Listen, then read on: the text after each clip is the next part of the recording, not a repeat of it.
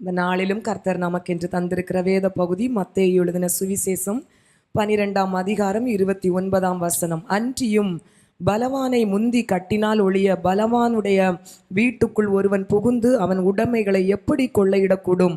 கட்டினானே ஆகில் அவன் வீட்டை கொள்ளையிடலாம். ஹல்லேலூயா, ஹல்லேலூயா. நம்ம எல்லாரும் ஒரு நிமிஷம் ஒரு சின்ன ஒரு கற்பனை பண்ணி பார்க்க போகிறோம். என்னுடைய வீட்டில், என் வீட்டு வாசலில் ஒரு ராட்சசம் போல் ஒரு மனுஷன் ஒரு கத்தியை, ஒரு வெட்டு கத்தியை கையில் வைத்து கொண்டு நிற்கும்போது நான் அந்த வீட்டுக்குள்ளால் நுழைய முடியுமா? ஹல்லேலூயா. அந்த வீட்டுக்குள்ளே நம்ம உள்ளால் நுழைய முடியுமா? இல்லை அந்த வீட்டுக்குள்ளே இருக்கிற நம்முடைய பிள்ளைகளால் நம்முடைய வீட்டிலேருந்து வெளியே வர முடியுமா? இந்த வீட்டுக்குள்ளே இருக்கிற ஃப்ரிட்ஜு, வீட்டுக்குள்ளே இருக்கிற எல்லா பொருளும் நமக்குரியதாம், வீடும் நமக்குரியதாம். ஆனாலும் அந்த வீட்டுக்கு உள்ளே இருக்கிற எந்த பொருளையும் எடுத்து நம்ம ஆசீர்வாதமாக சுதந்திரிக்க முடியாது, இல்லையா? ஹல்லேலூயா. அப்போ அந்த வீட்டுக்கு முன்னால் நிற்கிற அந்த வெட்டு கத்தியும் தூக்கி வச்சுட்டு நிற்கிற அந்த ராட்சசம் போல இருக்கிற மனுஷனை நம்ம வீட்டை விட்டு மாற்றணும், வீட்டை விட்டு அப்புறப்படுத்தணும். அப்புறப்படுத்தி விட்டாலும் சில நேரத்தில் வந்து மறுபடியும் ஓங்கி நிற்பான். அப்போ அவனை முழுசா நம்ம வீட்டை விட்டு மாற்றணும். நம்ம வீட்டில் இருக்கிற ஆசீர்வாதத்தை, நம்ம வீட்டில் இருக்கிற எல்லா காரியத்தையும் நம்ம சுதந்திரமா அனுபவிக்கணும்னு சொன்னா அவனை முழுசா பிடிச்சு கட்டி அப்புறப்படுத்தினா மட்டும்தான் நமக்குரிய எல்லா ஆசீர்வாதத்தையும் நாம் முழுமையா சொந்தப்படுத்த முடியும். ஹல்லேலூயா. அதை தான் இயேசு இந்த வேத பகுதியிலே சொல்லுகிறார். ஒரு ஆவிக்குரிய யுத்தத்தின் தந்திரத்தை ஆண்டவராகிய இயேசு கிறிஸ்து இந்த வேத பகுதியிலே சொல்லுவதை நாம் பார்க்கலாம். ஏசப்பா சொல்றாரு பாருங்க, பலவானை முந்தி நீ கட்டு. ஹல்லேலூயா. பலவான் பிசாசு, பிசாசுக்கு பலம் உண்டு, உண்மைதானே? பிசாசு ஒரு பலசாலி தான், இல்லையா? அவன் பலசாலி இல்லைன்னு யாராலும் சொல்ல முடியாது. பிசாசு பலசாலி தான். ஆனாலும் கர்த்தர் சொல்லுகிறார், நீ முதல்ல அந்த பலவான கட்டு. ஹல்லேலூயா. இன்னைக்கு உன்னுடைய சமாதானத்தோ உனக்குரிய ஆசீர்வாதத்தை எல்லாம் தான் கையில ஒரு சிறை கைதியை எப்படி ஒருத்தன் பிடிச்சு கட்டி ஒரு சிறைசாலையில வச்சிருப்பானோ அதே போல எல்லா ஆசீர்வாதத்தையும் அவன் கையில வச்சிட்டு இருக்கிறான். நீ அவன் கையிலிருந்து சுதந்திரித்து கொள்ள வேண்டும் என்றால் முதலாவது நீ பலமான கட்டு. ஹல்லேலூயா. திடீர்னு சொல்லி நம்ம வீட்டில் சூழ்நிலைகள் வேற விதமாக போகுது. நல்லா பேசி சிரிச்சிட்டு இருப்போம், வீட்டில் திடீர்னு பிரச்சனை. வீட்டில் எல்லாம் நல்ல ஆசீர்வாதமாக போயிட்டு இருக்கு, திடீர்னு ஒரு செய்தி வரும், கோர்ட்டு கேஸுன்னு ஒரு பிரச்சனை, ஒரு அலைச்சல். நல்ல ஆரோக்கியமாக இருக்கிற சரீரம் திடீர்னு பலவீனமாயிரும், மருத்துவமனைன்னு அங்கே இங்கேன்னு சமாதான குறைவு, குடும்பத்தில் சந்தோஷம் இல்லை, பணம் எல்லாம் வீணா விருதா நாலா பக்கமாக போயிட்டு இருக்குது, தங்கலை. அப்படின்னா நம்ம நிறைய நேரத்தில் நினைக்கிறோம், புலம்புறம் பாருங்க, அழுறோம். ஐயோ, நான் எவ்வளவு நாள் ஆண்டவருடைய சமூகத்தில் போய் கண்ணீர் வடிக்கிறேன், ஏன் என் வாழ்க்கையில மட்டும் இப்படி நடக்குன்னு சொல்லிட்டு ஆண்டவருடைய சமூகத்திலிருந்து கண்ணீர் விட்டு கொண்டிருக்கிறோம். ஆண்டவர் சொல்றாரு, நீ அதுக்கு காரணகர்த்தனா இருக்கிற அந்த பிசாசு என்கிற பலவான நீ முந்தி கட்டு. ஹல்லேலூயா. அவன் கட்டினால் ஒழிய அவன் கையில வச்சிருக்கிற நமக்குரிய எந்த ஆசீர்வாதத்தை நீ சொந்தப்படுத்த முடியாது. ஹல்லேலூயா. எப்படி பிசாசை நம்ம கட்ட முடியும்? ஹல்லேலூயா. ஒரு கிராமத்தில் ஒரு வாலிபன் இருந்தான். அவனுக்கு ஒரு விசித்திரமான ஒரு ஆசை இருந்துதான். அவனுக்கு எப்படின்னா, நான் வேலை செஞ்சா இந்த உலகத்திலே பெரிய ஒரு பலசாலிகிட்ட தான் நான் வேலை பார்ப்பேன். இதுதான் அவனுடைய ஒரு தீராத ஆசை. வாலிப வயசு சென்றுட்டே இருக்கு. பெற்றவங்க சொல்றாங்க, டே ஏதாவது ஒரு வேலையை பார்த்து பொழப்ப பாருடான்னு சொல்லிட்டு சொல்றாங்க. ஆனால் அவன் சொல்றான், இல்லை இல்லை, உலகத்தில் யாரு பெரிய பலசாலின்னு நான் பார்த்து அந்த பலசாலிகிட்ட தான் நான் வேலை பார்ப்பேன். இதுதான் அவனுடைய ஒரே தீராத ஆசையா இருக்குது. அப்படியே ஒரு நாள் நடந்து போய் கொண்டிருக்கும் போது பார்த்தீங்கன்னா, ஒரு பெரிய கிரவுண்ட்ல மல்யுத்தம் நடக்குது. அந்த குஸ்தி சொல்லுவாங்க பார்த்தீங்களா, அந்த ஒரு விளையாட்டு நடந்துட்டு இருக்குது. இவனும் போய் நின்று பார்த்துட்டு இருக்கிறான். அதுல அந்த விளையாட்டுல ஒருத்தன் எதிராக இருந்த இன்னொருத்தனை பயங்கரமா தாக்கி ஜெயிச்சிட்டான். அவனை எல்லாரும் பயங்கரமா பாராட்டி அவனுக்கு மெடல் எல்லாம் கொடுத்து அவனை புகழ்த்துறாங்க. இந்த வாலிபன் பார்க்குறான், உலகத்திலே இவன் தான் பெரிய பலசாலி. அதனால இவனுக்கிட்ட போய் நான் வேலை பார்க்கணும். அவன் உடனே போய் அவன் அந்த அந்த வீரன்கிட்ட போய் சொல்லிட்டான், நீ தான் பெரிய பலசாலி, நான் அந்த உலகத்துல வந்து நான் பார்க்கறேன், அதனால நான் உங்க கூட வேலை பார்க்கறேன் அப்படின்னு சொல்லும்போது, சரி நீ வேலை பார்த்துக்க அப்படின்னு சொல்லிட்டு அவனும் சம்மதிக்கிறான். இப்ப ரெண்டு பேரும் சேர்ந்து எங்க போனாலும் நடக்கிறதும் பேசுறதும் இவனுக்கு ஒரு சந்தோஷம். நான் உலகத்திலே ஒரு பெரிய பலசாலி கூட தான் சேர்ந்து நான் நடக்கிறேன் அப்படின்னு சொல்லிட்டு அப்படி ரெண்டு பேரும் ஒரு ஆள் அப்படியே போய் கொண்டிருக்கும் போது பாத்தீங்கன்னா ஒரு காட்டு பகுதி, இருட்டான ஒரு இடம் வந்தது. ரெண்டு பேரும் அப்படியே போயிட்டு கொண்டிருக்கிறாங்க. திடீர்னு அவங்க போய் கொண்டிருக்கிற பாதையில ஒரு அந்தகாரம், ஒரு இருள் சூழ்ந்தது போல ஒரு அனுபவம். அங்க ஒரு வித்தியாசமான பயம் எல்லாம் தோணுது. ஒரு விதமான ஒரு காட்சியும் அவங்க பார்வையில ரெண்டு பேரும் பார்க்கறாங்க. இதை பார்த்தது இந்த பலசாலி பார்த்தீங்கன்னா கை காலெல்லாம் நடுங்கிட்டான். வாயிலிருந்து வார்த்தை ஒன்றும் எழும்பல. இவன் நடுங்கிறத இந்த வாலிப பையன் பார்த்துட்டான். அடடா, இவன் இல்லையா பலசாலின்னு நினைச்சிட்டு இவனுக்கிட்ட நான் வேலை பார்க்க வந்து இவனே பயந்து நடுங்கிறானே, அப்போ இவனோட பலசாலி இந்த பேய் தான் போல இருக்குது அப்படின்னு சொல்லிட்டு இந்த பேய் கூட தான் நான் இனி வேலை பார்க்க போறேன், பேய்க்கு வேலை பார்க்க போறேன் அப்படின்னு சொல்லிட்டு இவன் தீர்மானிச்சுட்டு சரி ஒரு பிசாசத்தனை கூட எப்படி கொண்டு போகலான்னு சொல்லிட்டு 4 பேர்ட்ட கேட்டு விசாரிச்சு எப்படியா ஒரு பிசாசு கூட இப்போ அவன் வேலை பார்க்க தொடங்கிட்டான். இப்போ இவங்க ரெண்டு பேரும் பார்த்தீங்கன்னா எங்க போனாலும் ரெண்டு பேரும் சேர்ந்து தான், இந்த சாத்தானும் இந்த வாலிபனும் எங்க போனாலும் சேர்ந்து நடப்பாங்க. அப்போ போகும்போது பாருங்க, இவன் போகிறதுக்கு முன்னாலே இந்த பிசாசு போகிற வழியில எல்லாம் யாராவது சந்தோஷமா பேசிட்டு இருந்தா அங்க ரெண்டு பேருக்குள்ள ஏதாவது ஒரு வார்த்தையில ஏதோ ஒன்ன போட்டு விட்டுட்டு அங்க ரெண்டு பேரும் சண்டை பிடிச்சிட்டு இருப்பாங்க. அதை பார்த்து இவங்க ரெண்டு பேரும் ஒரே சந்தோஷம். வாலிபனும் இந்த பிசாசும் ரொம்ப சண்டை சிரிச்சுட்டே இருப்பாங்க. என்ன அந்த வாலிப பையனுக்கு என்ன தடையா இருந்தாலும் அநீதியாட்டு எதையும் செஞ்சு அவனுக்கு அதுல ஒரு நன்மையை காட்டி கொடுக்கும்படியான காரியங்களை அந்த பிசாசு செஞ்சுட்டே இருந்து இவனுக்கு இப்ப சந்தோஷம். ஆகா, நல்ல ஒரு பலசாலி கூட தான் நடக்கிறேன், நான் நினைக்கிறதெல்லாம் நடக்குது, ரொம்ப சந்தோஷமா இருக்கிறேன். இப்போ பிசாசு ரொம்ப பெருமையா சொல்லுது, பாத்தியா எனக்கு கூட நீ நடந்த, நான் உன் கூட இருந்தா நீ தோற்று போக மாட்ட, எல்லாமே உனக்கு நான் தரேன், நீ சந்தோஷப்படுற, நீ விரும்புறதெல்லாம் நீ சொந்தப்படுத்துற, பாத்தியான்னு. அப்படி ரெண்டு பேரும் பெரிய மிதமா ஆமா இவனும் ஆமா நானும் இவ்வளவு நாள் பாரு தெரியாம இருந்துட்டு அப்படி இப்படின்னு ரெண்டு பேரும் புகழ்த்தி பேசிட்டே வராங்க பாருங்க. பேசிட்டே வரும்போது திடீர்னு ஒரு சின்ன வீடு வந்தது. ரெண்டு பேரும் நடந்துட்டே இருக்கிறாங்க. இந்த பிசாசு மட்டும் அப்படியே ஒரே இடத்து அந்த வீட்டு பக்கத்துல அப்படியே நின்றுட்டு இவன் நடந்து போயிட்டே இருக்கிறாங்க. பேசி பேசி போறான், இங்க சத்தம் இல்ல. பிசாசு அங்க திரும்பி பார்க்கறான், எங்க போனான்னு சொல்லி பார்க்குறோம். பிசாசு அந்த ஒரு வீட்டு பக்கத்தில் நின்று அப்படியே கையும் காலையும் போட்டு நடுங்கிட்டு இருக்குது. நீ என்னடா, ஓ இவன் பெரிய பலசாலி நான் நினைச்சு இவன் இங்க இருந்துட்டு இப்படி நம்ம பிசாசு நடுங்கிட்டு இருக்கு, அப்படி என்னங்க அந்த வீட்டில் என்ன பெரிய பலசாலி இதோடைய இவனோடைய இருக்கிறானா அப்படின்னு சொல்லிட்டு, என்ன எதுக்கு நீ பெரிய பலசாலியில எதுக்கு இங்க நடுங்கிட்டு இருக்குன்னு கேட்கும்போது பிசாசு சொல்லுது பாருங்க, இந்த அது பயங்கர ஆக்ரோஷமா அலறுது. இந்த வீட்டுக்குள்ள ஒருத்த முழங்கால் போட்டு இயேசுவேன்னு கூப்பிட்டுட்டு இருக்கா, எனக்கு இந்த வீடை தாண்ட முடியல அப்படின்னு சொல்லிட்டு அவன் அந்த நடு ரோட்ல விட்டுட்டு பிசாசுக்கு அடுத்த ஸ்டெப் எடுத்து வைக்க முடியல, வந்த வழியா ஓடிட்டுது. ஹல்லேலூயா. இப்போ இவன் பார்த்தான், ஆகா பிசாசபடியும் ஒரு பலசாலி இந்த வீட்டுக்குள்ள இருக்கிறானா, அவன் எப்படி இருப்பான்னு சொல்லிட்டு அங்க போய் அவன் அப்படி எட்டி பார்க்கறான் பாருங்க. ஒரு இந்த சீனியவரக்காய் இருக்கும் பாருங்க, நம்ம சீனியவரக்காய் யூஸ் பண்ணியிருக்கீங்களா? தெரியாது இல்லையா நமக்கு? ஆமா, ஹல்லேலூயா. சீனியவரக்கா போல ஒருத்தங்க எலும்பும் தோலுமா தாடியும் வச்சுட்டு ஒரு வயசான ஒரு ஏழ்மை தோற்றத்துல முழங்கால் போட்டு கை கூப்பி இயேசுவேன்னு கூப்பிட்டு இருக்கான். இவன் எனக்கு இவனை பார்த்தா இந்த பெரிய பலசாலி பிசாசு ஓடி போய் அவனை பாதத்துல பிடிச்சான் பாருங்க. பிடிச்சிட்டு ஐயா ஐயா நீங்க எனக்கு இரக்கம் பாராட்டணும், நீங்க தான் இந்த உலகத்திலே பெரிய பலசாலி, இந்த பிசாசு கூட உங்களை பார்த்து பயந்து ஓடிச்சு, அதனால நான் இனி உங்களுக்கு வேலை செய்ய போறேன், நீங்க எனக்கு எப்படியாவது சம்மதம் தரணும் அப்படின்னு சொல்லிட்டு இந்த வாலிபம் வந்து இந்த வயசு இந்த ஜெபிக்கிற விசுவாசி கிட்ட போய் கேட்கிறார். அவரு உடனே கண்ணை திறந்து சிரிச்சுட்டு சொல்றாரு, தம்பி நான் ஒன்றும் பலசாலி இல்லை தம்பி, பாரு என் உடம்புக நிலைமை பாரு, எழும்பி நிற்க கூட பலம் இல்லாத நாய். ஹல்லேலூயா.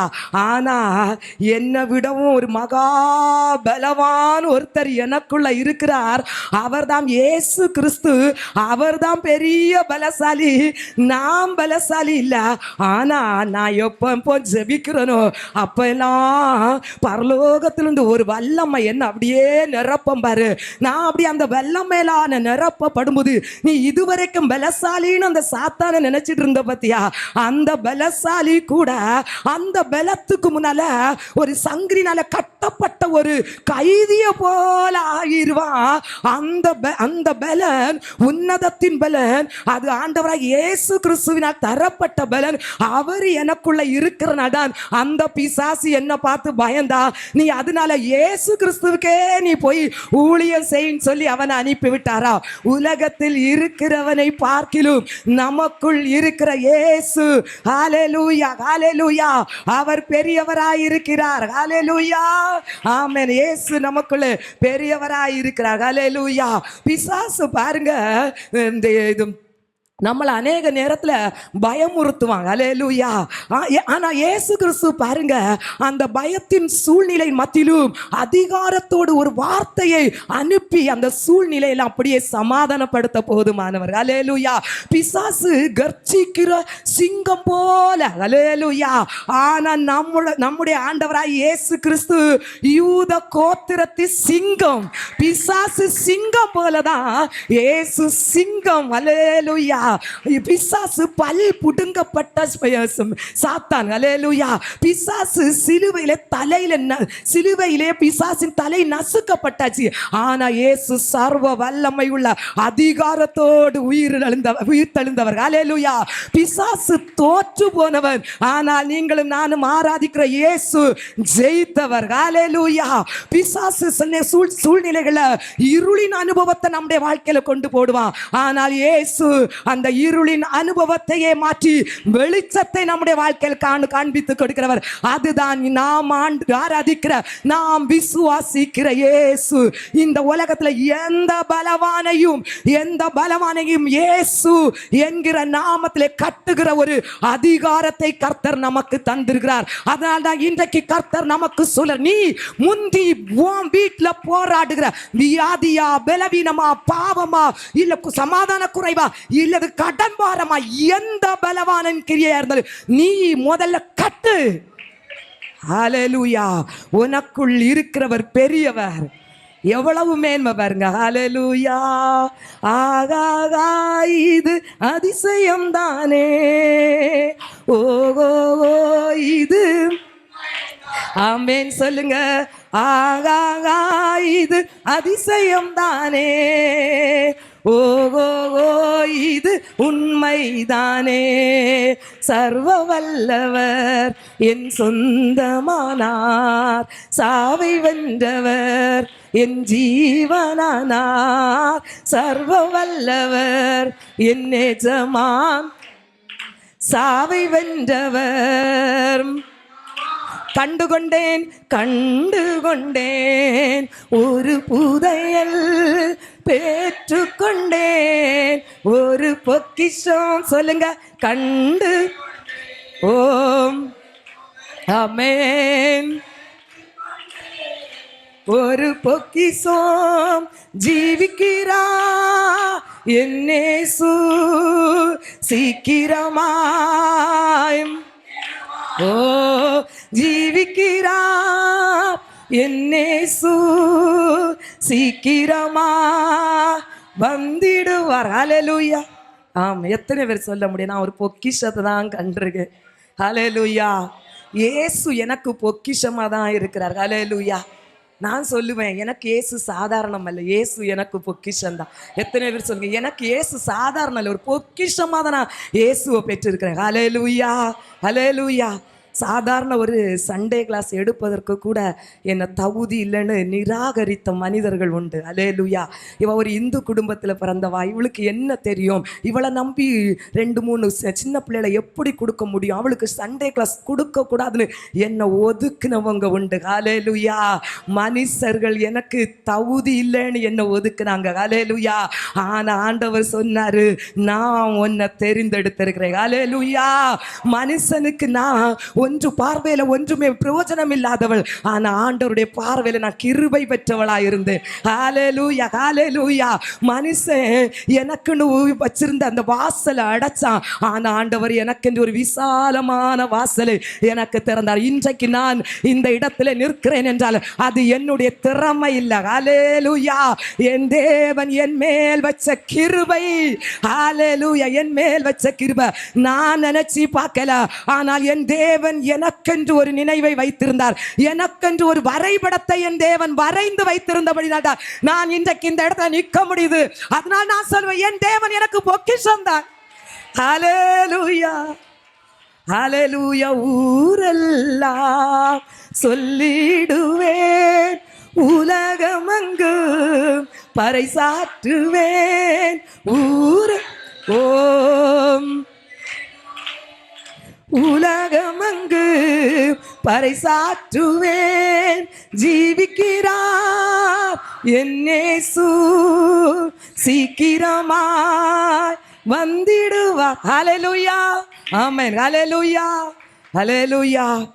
அதனால தான் எனக்கு என் வாழ்க்கையில் ஒரு மேன்மையான பொக்கிஷமா இயேசு கிடைச்சதுனால எங்கே போனாலும் நான் வெட்கப்பட மாட்டேன். ஹல்லேலூயா, ஹல்லேலூயா. என் இயேசு எனக்கு பெரியவர். ஹல்லேலூயா, ஆமென். ஹல்லேலூயா. அந்த இயேசு தான் சொல்றாரு பாருங்க, உங்களுக்கு சர்ப்பங்களையும் தேள்களையும் மிதிப்பதற்கு, சத்துருவினுடைய சகல வல்லமை அழிப்பதற்கு அதிகாரம் தந்திருக்கிறேன். எத்தனை பேர் சொல்லுவீங்க, ஏன் ஏசப்பா பிசாசின் கிரியைகளை அழிக்கும்படியாக எனக்கு அதிகாரம் தந்திருக்கிறார். ஹல்லேலூயா. ஏசப்பா சொல்றாரு, என் நாமத்தினாலே நீங்கள் பிசாசுகளை துரத்துவீர்கள் என்று ஏசப்பா சொல்றாரு. ஹல்லேலூயா. நம்ம குடும்பத்துல என்ன குழப்பம் வந்தாலும், பிரச்சனை வந்தாலும், நம்ம இயேசுவின் நாமத்திலே துரத்துகிறவர்களாய் காணப்பட வேண்டும். ஹல்லேலூயா. பாருங்க, ஜெபம் ஜெபிக்கிறவர்கள், வேத வசனத்தில் நிலைத்திருக்கிறவர்கள், பரிசுத்த வாழ்க்கை வாழுகிறவர்கள் பிசாசை, அதாவது பலவானை கட்டுவார்கள். ஹல்லேலூயா, ஹல்லேலூயா. நீங்க இயேசுவின் நாமத்தினாலே கடன் பாரத்தை கொண்டு வந்திருக்கிற பலவானே, உன்னை நான் கட்டுகிறேன் சொல்லி பாருங்க. வியாதியை கொண்டு வந்திருக்கிற பலவானே, இயேசுவின் நாமத்திலே உன்னை நான் கட்டுகிறேன் சொல்லி பாருங்க. என் குடும்பத்தில் தரித்திரத்தை கொண்டு வந்திருக்கிற பலவானின் கிரியைகளை இயேசுவின் நாமத்திலே கட்டுகிறேன் என்று சொல்லி பாருங்க. சொல்ல சொல்ல பரலோகத்தின் அதிகாரம் பூமியிலே செயல்பட தொடங்கும். உங்க வார்த்தைக்கு பரலோகத்தின் அதிகாரம், பரலோகத்தின் வல்லமை இங்க அதிகாரப்படம் பாருங்க. பரலோகம் நீங்க இந்த வார்த்தையை சொல்ல சொல்ல உங்க வாழ்க்கையில எந்த பலவான் எழுப்பி நிற்கிறானோ அந்த பலவான நீங்க இயேசுவின் நாமத்தினால கட்ட கட்ட கட்ட அங்கு உன்னதத்தில் ஒரு சங்கிலி உங்க குடும்பத்தில் இந்த அசை உலாவி கொண்டு அதிகாரப்படுத்தி கொண்டிருக்கிற பலவான் மேல இறங்கி கட்ட தொடங்கு. ஹல்லேலூயா. ஆனா அந்த கட்டை அப்படியே விட்டுட்டு அடுத்து நம்ம செய்ய முடியாது. அந்த கட்டை அப்படியே ஒரு ஆணியில அரைஞ்சி கொண்டு அவனை நிலைநிறுத்தும் போது அவன் முழுசா நம்முடைய வாழ்க்கை விட்டு மாறி போவான். பிசாசு மாறி போவா. அந்த ஆணி என்ன? ஹல்லேலூயா. கர்த்தர் நமக்காக தந்திருக்கிற வாக்குத்தத்த வசனம் என்கிற ஆணினாலே அந்த பிசாசு நீங்க சங்கிலினாலே கட்டி அறையும் போது பாருங்க, அவன் உங்க உடைமைகளையும் உங்க ஆசீர்வாதங்களையும் அவன் சூறையாட முடியாது. சூறையாடினதை அவன் கரத்துல நீங்க பறித்துக் கொள்வீர்கள். ஹல்லேலூயா. நீங்க சொந்தரித்துக் கொள்வீர்கள். எத்தனை பேர் விசுவாசிக்கிறீங்க? உங்களுக்கு தெரியும், இன்றைக்கு இந்த சூழ்நிலையில என் வாழ்க்கையில எந்த ஆசீர்வாதத்தை பிசாசு கட்டி வைத்திருக்கிறார், எந்த காரியத்துல நான் எனக்கு இருக்குது, எனக்கென்று ஆண்டவர் தந்த நன்மையை சொந்தப்படுத்த முடியாது பார்த்து பார்த்து கண்ணீர் விட்டு கொண்டிருக்கிறேன். உங்களுக்கு தெரியும் தேவஜனமே, இயேசுவின் நாமத்தினாலே நான் கட்டுகிறேன் சொல்லி பாருங்க. உங்களுக்கென்று பரலோகம் ஒரு வல்லமையை, பிசாசை கட்டுகிற ஒரு அதிகாரத்தை இந்த பூமியிலே உங்களுக்கு அனுப்பி தந்து ஜெயத்தை தர. ஓ ரபர ஷதரிபா, விசுவாசிக்கிறீங்களா? நான் கட்டுவேன். என் இயேசுவின் நாமத்தினாலே பிசாசின் பலவானின் கிரியைகளை கட்டி ஜெயம் எடுப்பேன். ஹல்லேலூயா. அந்த அந்த அந்த ஆணி இருக்கு பாருங்க, வாக்குத்தத்த வசனம் என்கிற ஆணி. நீங்க விரும்புறவங்க இதை எடுத்து வச்சு இந்த வசனத்தை வச்சு நீங்க உங்க பிசாசை நீங்க கட்டி பாருங்க. உங்க வீட்டில் போராடுகிற பிசாச 1 யோவான் 5:18 2வது பகுதி, தேவனால் பிறந்தவன் தன்னை காக்கிறான், பொல்லாங்கன் அவனை தோட்டான். ஹல்லேலூயா. இதுதான் பிசாசை நீங்க கட்டி அறைகிற ஆணி என்கிற வசனம். ஹல்லேலூயா. ஹல்லேலூயா. தேவனால் பிறந்தவன். நீங்க சொல்ல முடியுமா, நான் தேவனால் பிறந்தவன், தேவனால் பிறந்தவள். ஹல்லேலூயா. நான் பிசாசினால் பிறக்கப்பட்டவள் அல்ல. ஒருவேளை நான் என் தாய் தகப்பனால நான் ஒரு காலம் பிறந்திருக்கலாம். இன்றைக்கு நான் தேவனால் மறுபடியும் பிறந்திருக்கிறேன். ஹல்லேலூயா. தேவனுடைய ஜீவன் எனக்குள்ள இருக்குது. கிறிஸ்துவின் ஜீவன் எனக்குள்ள இருக்கிறது. பழைய பாரம்பரிய ஜீவன் அழிந்து விட்டது என்னை விட்டு. பழைய பாரம்பரிய பலவீனம் என்கிற பலவீனத்தை உண்டுபடுகிற கிரியைகள் என்னை விட்டு மறித்து விட்டது. கிறிஸ்துவுக்குள் நான் புதிய பிறவியாய் நான் சிருஷ்டிக்கப்பட்டிருக்கிறேன் என்று எத்தனை பேர் சொல்ல முடியும்? சொல்லுகிறவங்க இந்த ஆணியை வச்சுதான் பிசாச கட்ட போறாங்க. வாக்குத்தத்த வசனம் என்கிற ஆணியை வச்சுதான் உங்க வாழ்க்கையில பலவானாய் எழுப்பி நிற்கிற பிசாச கட்ட போறீங்க. நான் தேவனால் பிறந்தவள். தேவனால் பிறந்த நான் என்னை காப்பேன். பொல்லாங்கன் என்னை தொட முடியாது. பிசாசே, உன் கிரியைகளை நான் கட்டுகிறேன், விலகி போ. ஹல்லேலூயா. என் ஆசீர்வாதங்களை தடுக்கிற அந்தகார வல்லமே, என் சமாதானத்தை குறைக்கிற அந்தகார ஆவியே, இயேசுவின் நாமத்திலே உன்னை நான் கட்டுகிறேன் என்று சொல்லி பாருங்க. ஹல்லேலூயா. ஹல்லேலூயா. அதிகாரத்தோடு சொல்லி பாருங்க. ஹல்லேலூயா. உங்களுக்கு கர்த்தர் வாக்கு தத்தத்தை தந்திருக்கிறார். நீ கட்டுவ, நீ கட்டு. ஹல்லேலூயா. ஆமென். ஹல்லேலூயா. மீகா தீர்க்கதரிசி சொல்றார் பாருங்க 3:8, கர்த்தருடைய ஆவி அருளிய பலத்தினாலும் நியாயத்தினாலும் பராக்கிரமத்தினாலும் நான் நிரப்பப்பட்டிருக்கிறேன். ஹல்லேலூயா. இந்த விசுவாசம் எத்தனை பேர் இருக்குது? இங்கு 1 யோவான் 5:18 சொல்லப்பட்டிருக்கு, நான் தேவனால் பிறந்தவன். ஹல்லேலூயா. அந்த தேவனுடைய ஆவி எனக்குள் அருளப்பட்டிருக்கிறது. அதனால் நான் பலத்தினாலும் நியாயத்தினாலும் பராக்கிரமத்தினாலும் நிரப்பப்பட்டிருக்கிறேன். ஒரு தீர்க்கதரிசி சொன்ன வார்த்தை. ஹல்லேலூயா. இன்றைக்கு இந்த வார்த்தை உங்களுக்குள் இறங்குமேனால் நீங்கள் பலவானை கட்டுகிற மிக பெரிய பலவானாய் கர்த்தர் உங்களை இன்றைக்கு ஆசீர்வதிக்க போதுமானவர். ஹல்லேலூயா. ஆமென். பரிசுத்த ஆவி என்கிற அபிஷேகத்தினால் நிரப்பப்பட்டவர்களுக்கு முன்பாக பலவானின் கிரியைகள் கட்டப்படும். ஹல்லேலூயா. இன்று பாருங்க, ஒரு தண்ணி பாட்டில் நீங்க காலியா நீங்க எடுத்து வச்சா பாருங்க, அதில் பாட்டில் தண்ணி இல்லை அப்படின்னா சும்மா ஒரு குழந்தைய கூட மிதிக்க சொன்னா அது மிதிச்சு நசுக்கி போட்டுரும். ஹல்லேலூயா. ஆமென். அதே தண்ணி பாட்டில் நீங்க தண்ணி முழுமையா நிரப்பிட்டு பிள்ளைய மிதிச்சு நசுக்குன்னு சொன்னா நசுக்கிடுமா? இல்ல நீங்க நசுக்கிடுவீங்களா? நசுக்க முடியாது. அதே போல உங்களுக்குள்ள பரிசுத்த ஆவி என்கிற தண்ணி இல்லைன்னு சொன்னா சாத்தான் உங்களை நசுக்குவான். ஆனா உங்களுக்குள்ள பரிசுத்த ஆவி என்கிற தண்ணி நிரம்பி இருந்தா யாரும் உங்களை தொட முடியாது. நிரம்பி நின்னுட்டு போய் நிற்கிறவங்க முன்னால சாத்தான் சங்கிலினால கட்டப்படுவான். அவன் கிரியைகள் முற்றிலுமாய் அழிக்கப்படும். இப்பொழுது நீங்க சொல்லுவீங்களா? விசுவாசத்தோடு உங்க தலையில கை வச்சுட்டு சொல்லுங்க. மீகா தீர்க்கதரிசி சொன்னது போல எல்லாரும் சொல்லுங்க. கர்த்தருடைய ஆவி அருளிய பலத்தினாலும் சொல்லுங்க. எல்லாரும் சொல்லுங்க. அப்படியே இறங்கட்டும். வசனம் சொல்லுது, நீதிமான்களின் சிரசிலே ஆசீர்வாதம் தங்கி இருக்கிறதா. இந்த ஆசீர்வாதத்தை நம்ம சிரசில வைக்கிறோம். நீங்க எல்லாரும் சொல்லுங்க. கர்த்தருடைய ஆவி அருளிய பலத்தினாலும் நியாயத்தினாலும் பராக்கிரமத்தினாலும் நிரப்பப்பட்டிருக்கிறேன். ஹல்லேலூயா. ஆமென். விசுவாசிக்கிறீங்களா? ஹல்லேலூயா. நம்முடைய சிரசில ஹல்லேலூயா பரலோக ஆசீர்வாதம் தங்கி இருக்குது.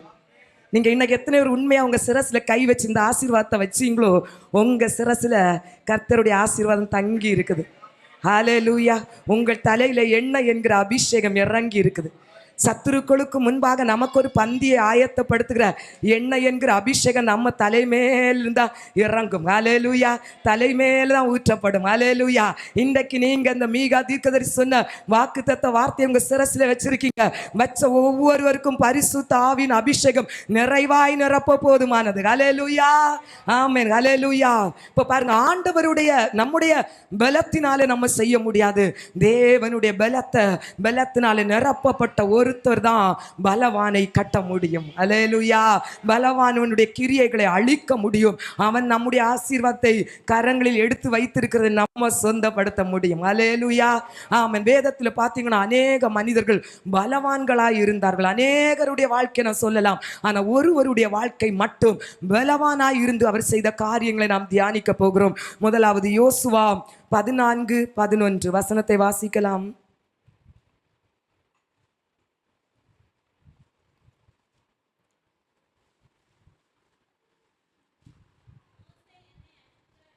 ம்.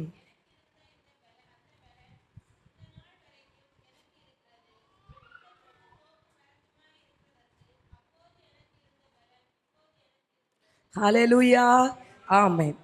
ஒரு மனிதன் காலேப் என்கிற ஒரு மனிதன் சொன்ன ஒரு வார்த்தை தான் நாம் இப்போ படிக்க கேட்ட வேத பகுதி.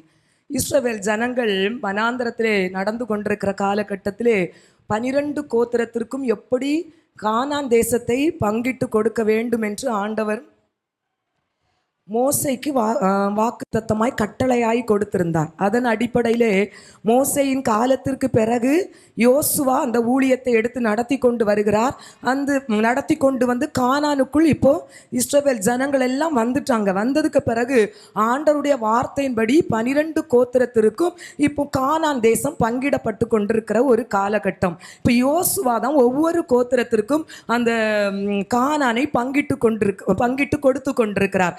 இந்த சூழ்நிலையிலே வனாந்தரத்திலே 45 வருடத்துக்கு முன்பாக இந்த காலேப் என்கிற மனிதனுக்கும் தேவன் மோசே மூலமாக வாக்குத்தத்தத்தை கொடுத்திருந்தார்.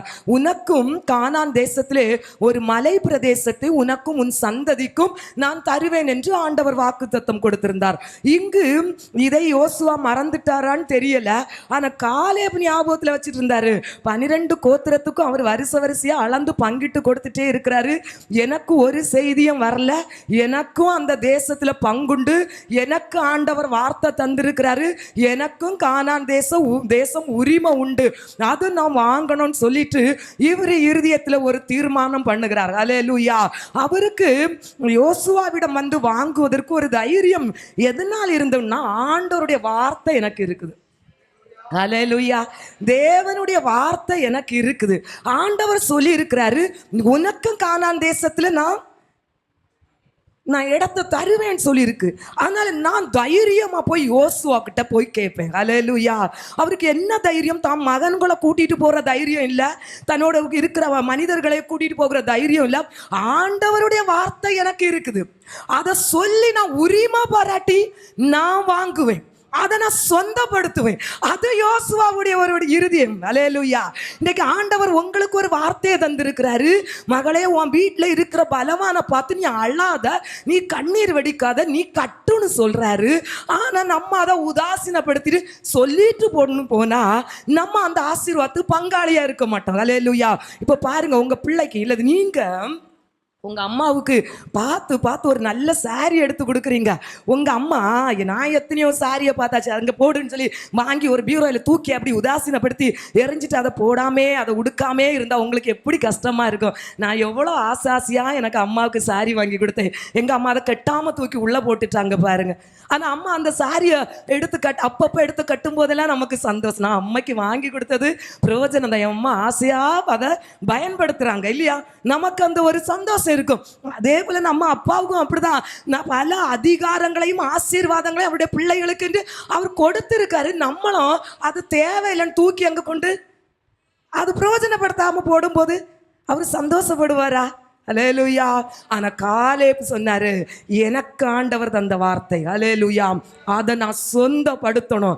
இது இப்ப யாருக்கு கையிலையும் இருக்கட்டும், ஆனா அது எனக்கு கையில வர வேண்டியது, அதுக்கு உரிமைக்காரனாக, அல்லேலூயா, அதை நான் பெற்றுக்கொள்ளுவேன் என்கிற தீர்மானத்தோடு யோசுவா காலேப் இப்ப இருக்கிற இடத்துல இருந்து யோசுவாவை சந்திக்கும்படியாக வருகிறார். அல்லேலூயா. இப்ப 2 பேரும் சந்திக்கும்படியான ஒரு நேரம் வந்துட்டு, ஆனா இதுக்கு முன்னாலே மோசே காலத்திலே இவங்க 2 பேரும் பழக்கம் உள்ளவங்க தான். கானான வேவு பார்க்க போகும்போது இவங்க 2 பேரும் சேர்ந்து தான் நடந்தாங்க. இவங்க சேர்ந்து பேசியிருக்காங்க. கிட்டத்தட்ட நண்பர்கள் உறவிலே தான் இருக்கிறவர்கள். அல்லேலூயா. அப்ப இப்போ வந்து காலேப் யோசுவாவை பார்க்க வராரு. என்னுக்குரிய உரிமையை கேட்டு வாங்குவதற்காக. ஆண்டவர் எனக்குன்னு ஒரு ஆசீர்வாதத்தை வச்சிருக்காரு, அதை நான் கேட்டு வாங்கணும். அல்லேலூயா. பிதாவாகிய தேவன் நமக்கென்று பல ஆசீர்வாதத்தை வச்சிருக்கிறாரு, கேட்டு வாங்குங்கன்னு சொல்றாரு. அல்லேலூயா. என் நாமத்தில் நீங்கள் எதை கேட்டாலும் பெற்றுக்கொள்வீர்கள் என்று ஆண்டவர் சொல்றார். நம்ம எவ்வளவு கேட்கிறோம். அல்லேலூயா. 4 நாள் 5 நாள் கேட்போம், அதுக்கப்புறம் இதெல்லாம் வேலைக்கு ஆகாதுன்னு போயிட்டே இருப்போம். அல்லேலூயா. ஒரு சகோதரி பார்த்தீங்கன்னு சொன்னா குழந்தை பாக்கியத்திற்காக வந்திருந்தாங்க. ஒரு 8 மாசம் வந்திருப்பாங்க. இப்போ அதுக்கிடையில ஒருத்தவங்க சொன்னாங்களாம், கிறிஸ்தவங்க ப்ரேயர்கள்லாம் போனால் அவ்வளோ வேகமாக எல்லாம் கிடைக்காது, நான் இன்னொரு வழியை காட்டுறேன், போனோன்னே கிடைச்சிரும் வான்னு சொன்னாங்களாம். ஹல்லேலூயா. இங்கே தாமதமாக தான் கிடைக்கும், ஆனால் நான் கூட்டிகிட்டு போகிற இடத்துல வேகமாக கிடைச்சிரும்னு சொல்லிட்டு அங்கேயே போயிட்டாங்க. ஹல்லேலூயா. இப்போ நம்ம ஒரு 7 மாதம் 8 மாதம் தான் பொறுப்போம். ஹல்லேலூயா. ஆனால் நம்ம கர்த்தர் தருவாருங்கிற விசுவாசத்தோடு கேட்டுட்டே இருக்கணும். ஹல்லேலூயா. என் தேவன் என்னுடைய ஜெபத்தை கேட்பார். எனக்கு சரியான நேரத்தில் அவர் தருவார். எனக்கு எந்த நேரம் சரியா இருக்கணும் அவருக்கு தெரியும். ஹல்லேலூயா. கத்திய ஒரு பிள்ளை கேட்குது, குழந்தை கை குழந்தை, கத்திய தாமான்னு கேட்டால் நம்ம கத்தியை கொடுப்போமா? அதே இது பிள்ளை காலேஜ் படிக்கும் போது அம்மா கத்தி தான் சொன்னா கத்தியை கொடுத்துருவோம். அதே போல நம்ம ஆண்டவர் ஹல்லேலூயா நமக்கு எப்போ எதை கையில தரணும்னு அம்மா அப்பாவுக்கு எல்லாம் சரியா தெரியும். சரியான நேரத்தில் சரியா அவர் நமக்கு தந்துடுவாரு. ஹல்லேலூயா. ஆமா, இங்க காலையை பாருங்க, கேட்க போறாரு, எனக்குரியது எனக்கு வேணும்னு சொல்லிட்டு. இப்போ 2 பேரும் சந்திச்சுட்டாங்க. ஹல்லேலூயா. யோசுவாவும் சந்திச்சுட்டு பார்த்துட்டாரு, காலேபும் யோசுவாவை பார்த்துட்டாரு. பார்த்தோன்னா இப்போ இவங்களுக்கு ஒரே சந்தோஷம். ஹல்லேலூயா. கொஞ்ச நாள் ஆச்சுதே பார்த்து, எப்படி இருக்குது கேட்குறாங்க. நாங்கள் நல்லா இருக்கிறோம். காலேப் சொல்கிறார், நான் நல்லா இருக்கிறேன். காலேப் இப்போ கேட்குறாரு யோசுவா கிட்ட, எப்படி ஊழியம்லாம் நல்லா போகுதா? இப்போ யோசுவா சொல்கிறார், நல்லா போகுது, ஆண்டவர் சொன்னபடி எல்லா கோத்திரத்துக்கும் நான் அளந்து கொடுத்துட்டே இருக்கிறேன். சரி, நீங்கள் எல்லாருக்கும் கொடுத்துட்டு இருக்கிற, எனக்கும் ஆண்டவர் வார்த்தை தந்தார், ஞாபகம் இருக்குதா? ஏன் பங்குங்க? ஹல்லேலூயா. உடனே இவர் கேட்குறாரு, எந்த இடம் உனக்கு வேணும்? உடனே இவர் சொல்கிறாரு, மலை தேசம் எனக்கு வேணும். ஹல்லேலூயா. ஆண்டவர் மலை தேசத்தை எனக்கு சொன்னார், எனக்கு மலை தேசமே போதும். இப்போ உடனே யோசுவா சொல்கிறாரு, மலை தேசம் கேட்குறியே, அந்த இடத்த பற்றி உனக்கு சரியா தெரியுமா? அது எப்படிப்பட்ட இடம், அந்த எப்படிப்பட்ட மக்கள் வாழ்கிறாங்கன்னு தெரியுமா? ஏனாக்கியர்னு சொல்கிற ஜனங்கள் தான் அந்த மலை பிரதேசத்தை ஆக்கிரமிச்சு வச்சிருக்கிறாங்க. அது நீ எவ்வளோதான் உனக்கு அங்கே வாக்குத்தத்தம் இருந்தாலும் நீ அவ்வளோ ஈஸியாக ஒன்றும் அதை பிடிச்சுட முடியாது. ஹல்லேலூயா. அப்போ அந்த நேரத்தில் தான் அந்த காலேப் சொல்றாரு, அன்றைக்கு 40 வயசுல நான் யுத்தத்துக்கு எப்படி போக்கும் வரத்துமா இருந்தேனோ அதே பலம் இன்னைக்கு 85 வயசுலையும் எனக்கு இருக்குதுன்னு சொல்லி தைரியமா யோசுவாக்கு முன்னால் என்று காலேப் சொல்லுகிறார். ஹல்லேலூயா. எப்படி 85 வயசுல 40 வயசுல உள்ள பலம் அப்படியே இருக்கும்? இன்னைக்கு 40 வயசுலேயே கை காலெல்லாம் நமக்கு தளருது, முட்டு தேய்மானம், சுகர் வருது, ப்ரெஷர் வருது. ஒரு வேலையை செய்யணும், 10 எடுபடிக்கு 10 ஆள் வேணும். அதுலேருந்து அது வரை போகணும், மூச்சு மேலே கீழே நமக்கு வாங்குது. ஹல்லேலூயா. மாத்திரை சொல்ல முடியாது, சாப்பாடோடைய மிச்சம் மாத்திரை நம்ம தின்னுட்டு இருக்கிறோம். அப்போ எப்படி இவருக்கு 85 வயசுல 40 வயசுல உள்ள பலன்? ஹல்லேலூயா. மோசே சொல்றாரு, 70 வயசு தான் மனுஷனுக்கு ஆயுள் காலம், பலத்தின் மிகுதினால் 80 வயசு. ஹல்லேலூயா. ஆனா அதுக்கு பிறகு சஞ்சலமும் வருத்தம் தான் மனுஷனுக்கு. அப்படிப்பட்ட காலத்துல யோசுவா காலத்துக்கு முன்னாலே மோசே சொல்லிட்டாரு, அந்த காலேப் காலத்துக்கு முன்னாலே. அப்படிப்பட்ட ஒரு காலம். இன்னைக்கு அரசாங்கமே நமக்கு 60 வயசுல ஓய்வு கொடுத்துருது. நீ ஒன்றுக்கும் பிரயோஜனம் இல்லை, உன்னை கொண்டு நீ வீணாதான் நான் சம்பளம் தரணும், வீட்டில இருந்து ரெஸ்ட் எடுன்னு அரசாங்கம் சொல்லுது. ஹல்லேலூயா. அப்போ 85 வயசுல எனக்கு அதே பலன் இருக்குன்னு யோசுவா எப்படி சொல்றாரு? ஹல்லேலூயா. யோசுவா பொய் சொல்றாரா? ஹல்லேலூயா. இன்றைக்கும் எனக்கு அந்த பலன் இருக்குதுன்னு யோசுவா எந்த பலத்தை வச்சு சொல்றாரு? ஹல்லேலூயா. எந்த பலத்தை? சரீர பலத்தை சொன்னாரா இல்ல வேற பலத்தை சொன்னாரா? நம்ம பார்க்கலாமா? எண்ணாகமம் அதற்கு முன்பாக நீங்க பார்த்தீங்கன்னா, ஏனாக்கியர் எண்ணாகும் 13:33 ஏனாக்கியர் எப்படிப்பட்டவர்களா இருப்பாங்கன்னு சொல்லப்பட்டிருக்கு. நீங்க எழுதுறவங்க எழுதிடுங்க. ஏனாக்கியர் ராட்சச மனிதர்கள். ஹல்லேலூயா. ஏனாக்கியர் ராட்சசர்களா இருந்தார்கள் வேதம் சொல்லுது. அப்ப அந்த ராட்சசர்கள் தான் அங்கு மலை பிரதேசத்தை ஆக்கிரமிச்சு வச்சிருக்கிறாங்க. அவ்வளவு சீக்கிரம் அவங்கள துரத்துவோ யுத்தம் பண்ணவோ காலேபுக்கு முடியாது. ஏன்னா காலேபு இப்போ 85 வயசான தாத்தா. ஹல்லேலூயா. 85 வயசான தாத்தாவுக்கு அந்த ராட்சச கூட்டத்தை யுத்தம் பண்ணி துரத்துறதுக்குள்ள சரீர பலம் அவற்றை இல்லை. ஆனா இவர் சொல்றாரு, என்கிட்ட பலன் இருக்குது. அப்ப என்ன பலத்தை வச்சுட்டு அவர் அப்படி சொல்றாரு நீங்க பாத்தீங்கன்னு சொன்னா, என்னாகுமோ 14:24 பாருங்க, என்னுடைய தாசனாகிய யோசேப் வேறொரு ஆவியை உடையவன். ஹல்லேலூயா. இந்த வேறொரு ஆவிதான் காலேபுடைய உண்மை பலன். கரங்களை தட்டி கர்த்தரை மகிமைப்படுத்தலாமா? 85 வயசுல அவருக்கு அந்த தள்ளாட்டம் இருந்திருக்கும். அவருக்கு மூச்சு வாங்கும், அவருக்கு தோலெல்லாம் சுருங்கி இருக்கும். ஆனாலும் அவருக்குள் என் தாசனாகிய காலேபிடம் இருந்த ஆவி வேறொரு ஆவி. ஹல்லேலூயா! அதுதான் பரிசுத்த ஆவி என்கிற அபிஷேகத்தின் பலன். காலேபிட இருந்தது சரீர பலன் இல்ல, பரிசுத்த ஆவியானுடைய பலன். ஆண்டவர் சீசரோட சொல்றாரு, உங்களுக்கு உன்னதத்தின் பலன் இறங்கி வருகிறதுக்கு எருசலேமில் நீங்கள் காத்திருங்கள். நீங்க பலவீனமான சரீரம், ஆனா உங்களுக்குள்ளே ஒரு பலன் வரும். அதான் பரிசுத்த ஆவி என்கிற பலன். அந்த பலத்தால் நீங்கள் நிரப்பப்படும் போது, என்னை பலப்படுத்துகிற கிறிஸ்துவினாலே எல்லாவற்றையும் செய்ய எனக்கு பலன் உண்டு என்று காலேபை போல நம்மளால சொல்ல முடியும். எத்தனை வயசாகட்டும், எந்த சூழ்நிலையா இருக்கட்டும், குறைவின் மத்தியிலே தொடங்கப்பட்ட ஒரு காரியமா இருக்கட்டும், எந்த காரியமா இருந்தாலும் என்னை பலப்படுத்துகிற கிறிஸ்துவினாலே எல்லாவற்றையும் செய்ய எனக்கு பலன் உண்டு. ஹல்லேலூயா! இங்கு காலேபுக்கு உள் இருந்தது தேவனுடைய ஆவி. 85 வயதிலும் தேவனுடைய ஆவி அதே பலத்தோடு தான் காலேபிடம் இருந்தது. 40 வயதிலும் அதே பலன் தான், பரிசுத்த ஆவி என்கிற பலன் காலேபிடம் இருந்ததினால் தான் அவர் தைரியமா சொல்ல முடிஞ்சது, நான் அந்த மலை பிரதேசத்தில் இருக்கிற ராட்சச பிறவியாக ஏனோக்கியர்களை எதிர்த்து நான் யுத்தம் பண்ணி அவர்களை துரத்தி கர்த்தர் எனக்கென்று வாக்குத்தத்தம் பண்ணி வைத்திருக்கிற அந்த தேசத்தை நான் சுதந்தரிப்பேன். இன்று உங்களுக்கென்று கர்த்தர் பல வாக்குத்தத்தத்தை தந்திருக்கிறார். உன் பிள்ளைகளுடைய சமாதானத்தை நீ காண்பாய். சொந்தப்படுத்த முடியாதபடி சில பலவான் உங்க ஆசீர்வாதத்தை சுதந்தரித்து வைத்திருக்கிறான். அதை நீங்க சொந்தப்படுத்தணும். ஏனென்றால் உங்களுக்குள்ள வேற ஆவி இருக்கிறது. ஓ, கர்த்தருடைய ஆசீர்வாதம் ஐஸ்வர்யத்தை தரும். தரித்திரம் இன்னை குடும்பத்திலே தாண்டவமாடி கொண்டிருக்கிறது. அது கர்த்தருடைய ஆசீர்வாதம் என்கிற வாக்குத்தத்தத்தை சுதந்தரிக்க முடியாதபடி அந்த ஆவி உங்களால் கட்டப்பட்டு அந்த ஆசீர்வாதத்தை நீங்கள் சுதந்தரித்துக் கொள்ளணும். தேவ ஜனமே, தேவையில்லாத பாவ சிந்தனைகள், பாவ எண்ணங்கள், குழப்பங்கள், எனக்கு நான் அதை நினைக்க கூடாதுன்னு நினைக்கிறேன், நினைச்சிடுறேன், செய்யக்கூடாது நினைக்கிறேன், செஞ்சிடுறேன், பேசக்கூடாது நினைக்கிறேன், பேசிடுறேன். அப்ப யார் இருந்து நம்மிடம் இருந்து செயல்படுத்துகிறது?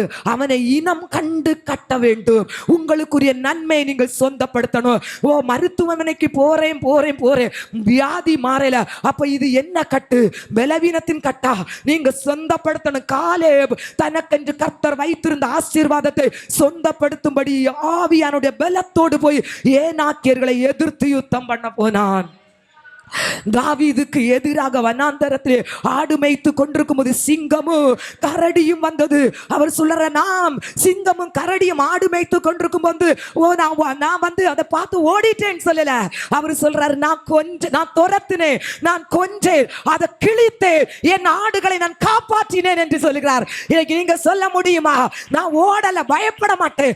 ஆவிலே நிரம்பி நிற்கிற ஒரு தேவ மனிதன் பிரச்சனைகளை பார்த்து பயந்து ஓட மாட்டான். அதை எதிர்த்து என்று எல்லா ஆசீர்வாதங்களை தனக்கென்று அவன் சொந்தப்படுத்துவான். அதான் வேற ஆவியால் நிரப்பப்பட்டவன். அவன் சிங்க கவிக்கு கூட பயப்பட மாட்டாங்க. ஹல்லேலூயா!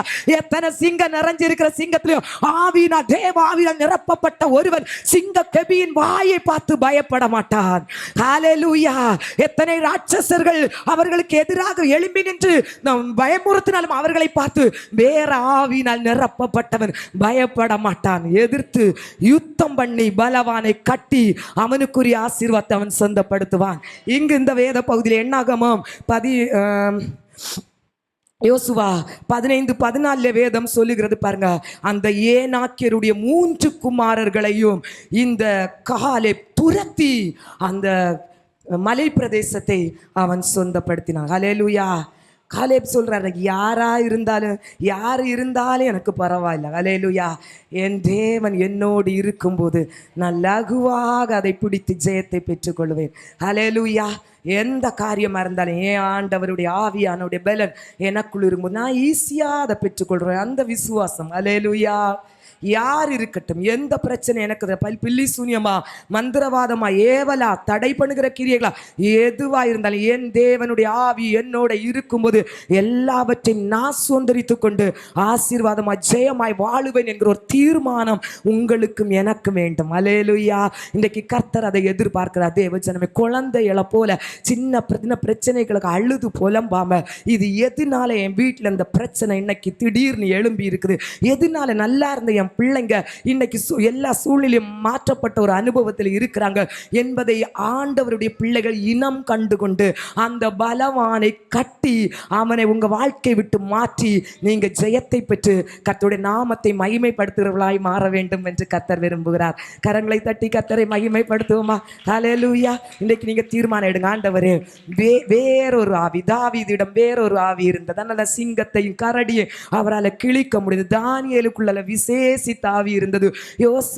யோசேப்போடு விசேஷித்த ஆவி இருந்து, காலேபோடு விசேஷித்த ஆவி இருந்தது. எத்தனை பலவான்கள் வந்தாலும் அவர்களால் எதிர்த்து ஜெயிக்க முடிந்தது அவங்க பலம் இல்ல, தேவனுடைய பலன். அல்லேலூயா.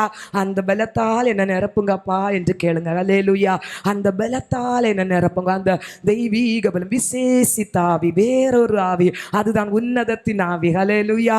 பெந்தேகோஸ்தே நாளிலே ஊற்றப்பட்ட ஆவி, அந்த பலன் என்னை நிரப்பணும். அப்ப நானும் பலவானாய் மாறணும். 85 வயசுல தள்ளாடின ஒரு தாத்தா பலவானாய் இருப்பதற்கு காரணம் பரிசுத்த ஆவியானுடைய பலன். என் சரீரத்தில் ஆவியானுடைய பலன் இறங்கும்போது நான் பலம் உள்ளவளா இருப்பேன், ஆரோக்கியம் உள்ளவளா இருப்பேன். அல்லேலூயா.